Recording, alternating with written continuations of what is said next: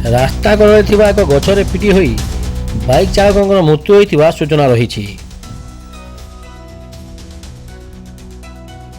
ସୂଚନା ଅନୁଯାୟୀ ପସ୍ତା ଥାନା ଧୁଲିବୁଡ଼ା ଗ୍ରାମର ବିନୟ ଜେନା ନାମକ ଜଣେ ଯୁବକ ବାଇକ୍ ଯୋଗେ ଗତକାଲି ସନ୍ଧ୍ୟାରେ କୌଣସି କାମ ପାଇଁ ଦରଡ଼ା ଅଭିମୁଖେ ଯାଉଥିଲେ।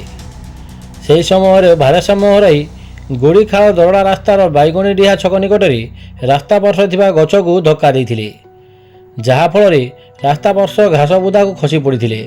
ଘଟଣାସ୍ଥଳରେ ତାଙ୍କର ମୃତ୍ୟୁ ହୋଇଯାଇଥିଲା।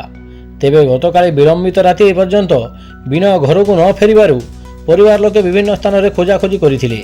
ଆଜି ଦିନ 2ଟା ସମୟରେ ରାସ୍ତା ପାର୍ଶ୍ୱ ଘାସ ବୁଦାରେ ବିନୟ ପଡ଼ିଥିବାର ଜଣେ ସ୍ଥାନୀୟ ବାସିନ୍ଦା ଦେଖି ପୁଲିସକୁ ଖବର ଦେଇଥିଲେ। ପୁଲିସ ଘଟଣାସ୍ଥଳରେ ପହଞ୍ଚି ମୃତ ଶରୀରକୁ ଉଦ୍ଧାର କରିବା ସହିତ ଶବ ବ୍ୟବଚ୍ଛେଦ ପାଇଁ ପଠାଇଥିଲା।